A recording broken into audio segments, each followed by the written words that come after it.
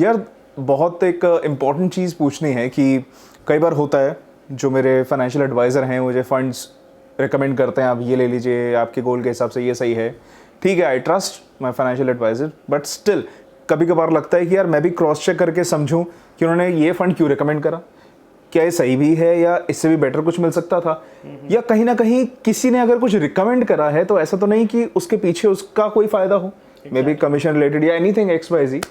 सो मुझे वो एक इंटेलिजेंट इन्वेस्टर बनने के लिए एक इन्फॉर्मेशन चाहिए कि भाई मुझे क्या देखना है किसी फंड में कि मैं जज कर सकूं ये कैसा है और ये कैसा परफॉर्म कर रहा था एंड क्या प्रोबेबिलिटी हो सकती है। ये एक बहुत मैं कहूँगा कि मोस्ट जो इंडिविजुअल्स होते हैं उनका क्वेरी होता है, क्योंकि मैंने बहुत पोर्टफोलियोज देखे हैं जहाँ 100 म्यूचुअल फंड्स बाय कर रखे हैं यूज़र ने। 100 म्यूचुअल फंड, मतलब 100 फंड्स है उसके पास, एंड कोई उसके पास ब्रोकर यहाँ से है, जैसे आपने कहा, उसने उसको NFO दे दिया कमीशन के लिए, किसी ने उसको अपना प्रोडक्ट बेच दिया, ये वो, और वो बाय कर रहा है बट अपनी रिक्वायरमेंट नहीं, उनकी रिक्वायरमेंट के हिसाब से। तो सबसे कुछ गाइडलाइंस हैं या कह सकते हैं कुछ चेकलिस्ट है जो हमें हमेशा हैंड ऑन रखनी चाहिए। ओके। सबसे पहले किसी भी फंड में इन्वेस्ट करने से पहले आपको अपना रिस्क एपेटाइट बताना चाहिए। ओके। उसको इजी लैंग्वेज में बोलूं, कितना रिस्क ले सकते हो। मैंने ऐसे देखे हैं जो 3 साल के लिए कहते हैं कि ठीक है we can take small cap, जो सेंस ही नहीं बनती। और कई लोग ऐसे होते हैं जो कहते हैं हाँ मैं इन्वेस्टर हूँ 20 साल के लिए, बट 2 साल की वॉलेटिलिटी से डर के बाहर चले जाते हैं। ठीक है। आप एक इंडिविजुअल को एक ट्रेडर एक्ट नहीं करना है, एक इन्वेस्टर एक्ट करना है, राइट। पहले तो एक अपने आप को डिफाइन करिए कि आप किस सर्कल में आ रहे हो। उसके बाद आपको अपना रिस्क एपिटाइट है कि ठीक है अगर मैं स्मॉल कैप ले रहा हूँ उसमें इतना रिस्क है और मैं इतना टाइम रह सकता हूँ, मिड कैप ले रहा हूँ इतना रिस्क है इतना टाइम रह सकता हूँ, लार्ज ले रहा हूँ इतना टाइम रह सकता हूँ। ठीक है। अब उसके बाद फंड्स का स्टार्ट कैसे होता है, उस हिसाब से अपने फंड को अपने जो पोर्टफोलियो में इसमें ऐड करिए। ठीक है। अब आपको लग रहा है कि ठीक है मैं एक ऐसा इन्वेस्टर हूँ जो अगर 100 रुपये इन्वेस्ट करता है तो 60 रुपया मैं लार्ज में डाल सकता हूँ, 20 मिड में, 20 स्मॉल में डाल सकता हूँ। तो यानी कि आप थोड़े से कम रिस्क लेना चाहते हैं, अगर आप 60 रुपए उसमें डाल रहे हैं तो लार्ज कैप में, राइट। आपने उस हिसाब से कॉम्पोजिशन उठा ली अपनी, ठीक है। आप वैसे फोकस करिए और वैसे फंड्स को चूज करिए, रादर देन कोई आपके पास आए सर ये NFO आया है स्मॉल कैप का बाय कर लो, ये मिड का है। अब आप अपने ऑब्जेक्टिव से हिल चुके हो, और क्या होगा जब लॉन्ग टर्म हो जाएगा आपके ही जो रिटर्न्स या जिसको हम कहते हैं पूरा पोर्टफोलियो एक अल्फा जो जनरेट कर रहा है वो कम होगा। मतलब खिचड़ी बना रखी है उसकी। एग्जैक्टली। आप उसको एक प्रॉपर वे में कुक करो, अगर सही चीज डाली जाएगी तो वो रिटर्न देगा, अदरवाइज वो खिचड़ी पक रही है। वो जो दिख रहा था सब डाल दिया, वो बनेगा क्या किसी को नहीं पता। लाइक मैंने लोग देखे जो 10 लार्ज कैप्स ले लेते हैं एंड दे थिंक कि उनको रिटर्न आएगा। पैरामीटर और बेंचमार्क तो एक ही है, जब वहाँ करेक्शन है वहाँ पे भी करेक्शन है। तो आप किसी भी एक कैटेगरी में 2 फंड्स उठाएं, दैट्स इट, इससे ऊपर मत रखो, that is enough, right. Unless and until आपका पोर्टफोलियो मल्टीपल सीआर्स में है, अच्छा, राइट, तब भी आप 3-4 में जंप कर लो, इससे ज़्यादा जरूरत नहीं है, 2 तक बहुत लाइक सफिशिएंट है। उसी में री इन्वेस्ट करते रहिए अगर आपको डालना है, मान लीजिए लमसम डालना है या सिप और बढ़ानी है। एग्जैक्टली। Okay, good, right. ये क्राइटेरिया आपका हमेशा हैंड ऑन होना चाहिए, आपका ऑब्जेक्टिव, आपका रिस्क एपेटाइट। अब फंड्स के लिए बात करते हैं। सबसे पहले आप ये देखिए कि फंड जो आप बाय कर रहे हो वो किस सेक्टर को पकड़ के बैठा हुआ है। ठीक है। कभी कभार हम देखते हैं लार्ज कैप्स होते हैं, वो भी ज़्यादातर अपने आप को बैंकिंग या किसी एक पर्टिकुलर सेक्टर को डिवोट कर देते हैं। ठीक है। अब चेक करो कि उसकी होल्डिंग्स क्या है। Although fund manager daily trade करता है, होल्डिंग्स चेंज होती है, बट आपको एक थीम मिल जाती है। हाँ, समझ गए। उसके बाद देखो कि फंड की फीस कितनी है, उसका एक्सपेंस रेशियो वो कितना है। कई फंड होते हैं जिसका सेट अंडर मैनेजमेंट कम होता है, जो कि हमने पहले डिस्कस किया था, उसका एक्सपेंस रेशियो हमेशा ज़्यादा होता है, अच्छा, compare to established fund. Okay, because obviously उसको मैनेज करने में ज़्यादा उसका वो फीस लेगा ज़्यादा, तो फीस ज़्यादा होगा, जितना फीस होगा वो आपके NAV में एडजस्ट होगा। अगर मैं आपको एक NAV का सिंपल फार्मूला बताऊं, total assets minus liabilities divide by the total number of units. ठीक है, राइट।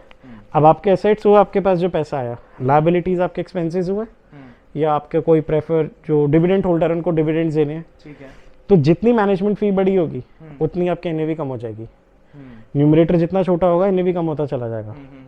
तो आप कोशिश करिए कि फंड का एक्सपेंस रेशियो कम हो। ओके, ठीक है, ये पहला पॉइंट है। उसके बाद कौन सा फंड मैनेजर उसको मैनेज कर रहा है, उसका ट्रैक रिकॉर्ड क्या है।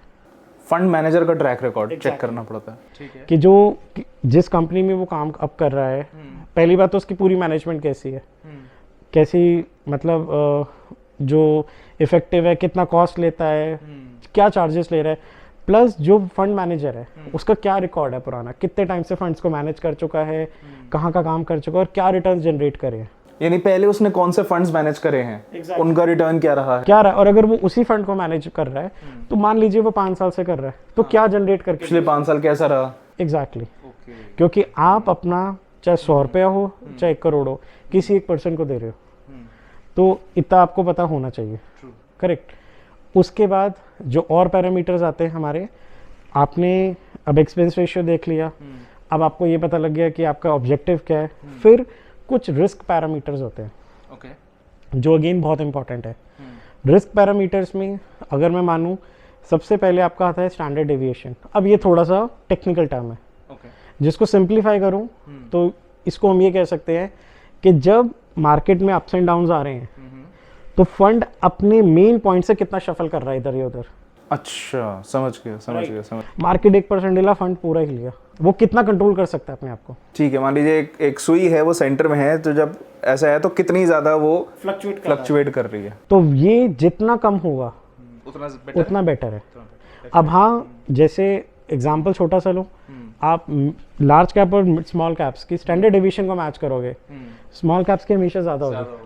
आप इसलिए उनकी कैटेगरी एवरेज देखो कि क्या है, क्योंकि आप कहोगे लेट से इसकी 10 है पर इसकी तो 15 है, ये घटिया है। नहीं, क्योंकि वो स्मॉल है, उसमें डेविएशन ज़्यादा आएंगी। करेक्ट। तो आप कैटेगरी एवरेज से कंपेयर करें। फिर फंड का बीटा कितना है।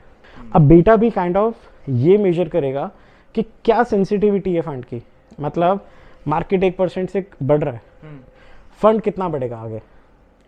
राइट, लेट से किसी फंड का बीटा 1.5 है, तो मार्केट जब 1% बढ़ता है तो वो फंड 1.5 बढ़ रहा है। ओके। बट वाइस वर्सा भी है, उसके प्रोपोर्शनल कितना वो चेंज हो रहा है। अब वाइस वर्सा भी आएगा। अच्छा, अगर 1 गिरेगा तो 1.5 गिरेगा। राइट, जनरेट करेगा रिटर्न्स, बट वॉलेटिलिटी भी बहुत हाई है। तो आइडियली हम कहते हैं कि कोशिश करिए 1 से नीचे हो। 1 से नीचे हो यानी कम ही फ्लक्चुएट कम हो। अगेन अगर इसमें लार्ज और स्मॉल कंपेयर करोगे, स्मॉल का ज्यादा होगा, स्टैंडर्ड बीटा ज्यादा होगा। अब और 2 टेक्निकल टर्म्स आती हैं, शार्प रेशियो, टेनोर रेशियो। ये भी बता दो आप। शार्प रेशियो जो होता है वो बताएगा आपको कि आपका पोर्टफोलियो रिटर्न में से रिस्क फ्री रिटर्न, एक होता है आपका कि आपने कितना एक्स्ट्रा पैसा दिया एक एक्स्ट्रा रिटर्न कमाने के लिए over the risk. Let's say मैंने एक एफडी करनी थी, ठीक है, एफडी का मुझे पता है 5% रिटर्न मेरे को आ रहा है, बट मैं जाना चाहता हूँ 12% के लिए, ठीक है। तो रिस्क फ्री रिटर्न तो मुझे 5 पता है कि है, एक्स्ट्रा 7 के लिए मैं क्या पॉइंट पे लेके आ रहा हूँ।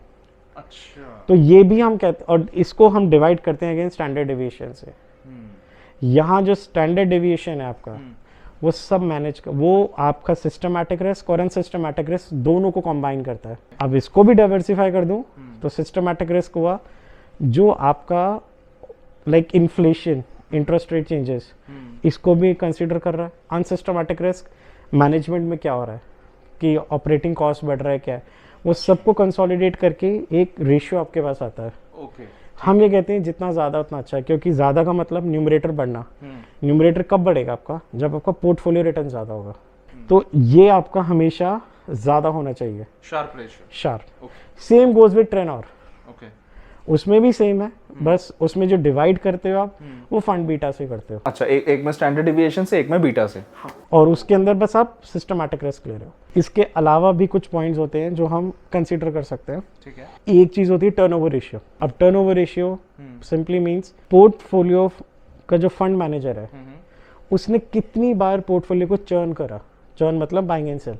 अच्छा, राइट। लेट्स से बहुत सारे फंड, जैसे इसमें भी कैटेगरी डिवाइडेड होती है, कैटेगरी वाइज होता है।